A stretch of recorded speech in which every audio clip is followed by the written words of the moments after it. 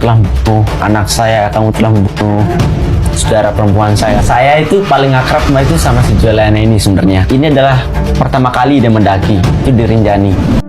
Langkah pemerintah Indonesia yang membuka peluang investigasi bersama sebagai bentuk transparansi yang positif. Pemerintah Brasil melalui The Federal Public Defender's Office of Brazil atau FPDO membuka kemungkinan untuk menempuh jalur hukum internasional terkait kematian tragis salah satu warganya, Juliana, saat mendaki Gunung Rinjani, Lombok, Indonesia.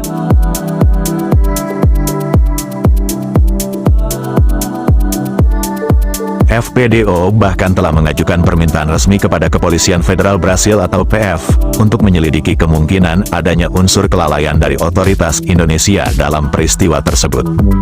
Apabila ditemukan indikasi pelanggaran, Brasil tidak menutup kemungkinan membawa kasus ini ke forum internasional, termasuk Inter-American Commission on Human Rights atau IACHR. Namun, langkah ini dinilai tidak sederhana secara hukum.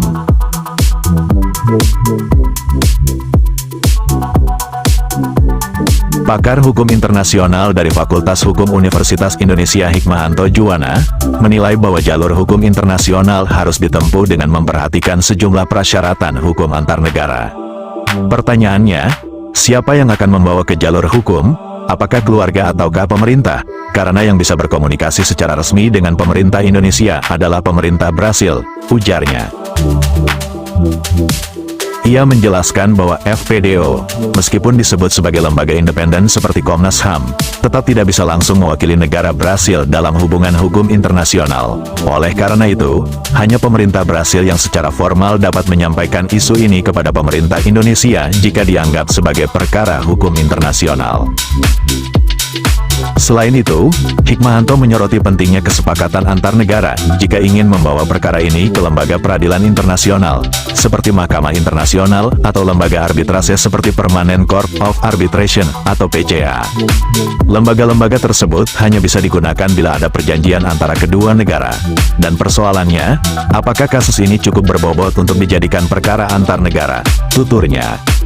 Namun, menurutnya, jika keluarga korban hendak menuntut secara perdata, misalnya dalam bentuk ganti rugi atas dugaan perbuatan melawan hukum, hal itu memungkinkan, seperti kalau ada WNI jadi korban kecelakaan pesawat dan menggugat perusahaan pembuat pesawat, itu bisa. Tapi persoalannya adalah kemana gugatan itu diajukan, tambahnya.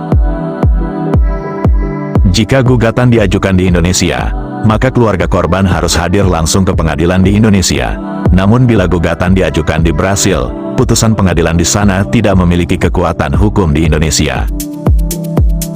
Pasal 436 Reglemen OP de Burgerlijk Rechtsvordering atau RV, menyatakan bahwa putusan pengadilan asing tidak diakui dan tidak dapat dieksekusi di Indonesia, jelasnya. Terkait wacana membawa kasus ini ke Inter-American Commission on Human Rights, Hikmahanto menyebut hal itu tidak relevan karena Indonesia bukan bagian dari Organisasi Negara-Negara Amerika atau Organization of American States yang menjadi syarat keanggotaan di IACHR. Di sisi lain, Hikmahanto menilai langkah pemerintah Indonesia yang membuka peluang investigasi bersama sebagai bentuk transparansi yang positif. Gestur yang disampaikan oleh Pak Menko Hukum sangat baik. Pemerintah ingin menunjukkan bahwa tidak ada yang ditutup-tutupi. Kita ingin transparan, dan sudah melakukan upaya maksimal untuk membantu Juliana, katanya. Ia menambahkan, analisis yang muncul dari media sosial seringkali dilakukan setelah kejadian dan belum tentu memahami kondisi medan serta tantangan evakuasi di lapangan. Karena itu, ia menyambut baik usulan agar dilakukan investigasi bersama.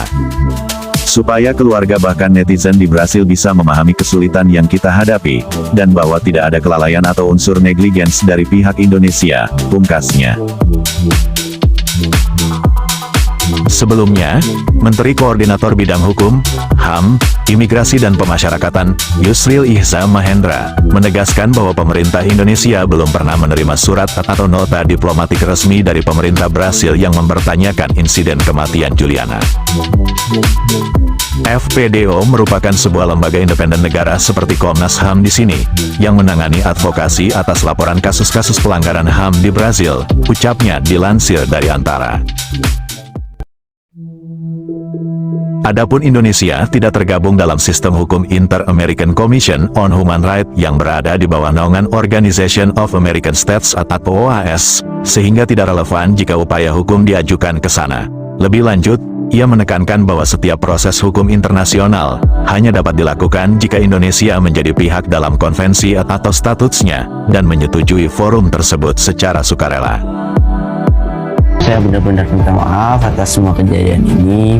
Seandainya saya bisa mengatur waktu, bisa kembali ke masa lalu, mungkin saya bakalan bertaruh nyawa bisa saya mungkin untuk menyelamatkan si pidana.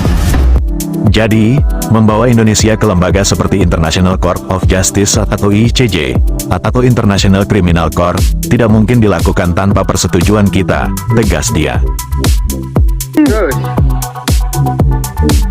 Jangan Ali. Ini tanah raung tangannya nih. Terus.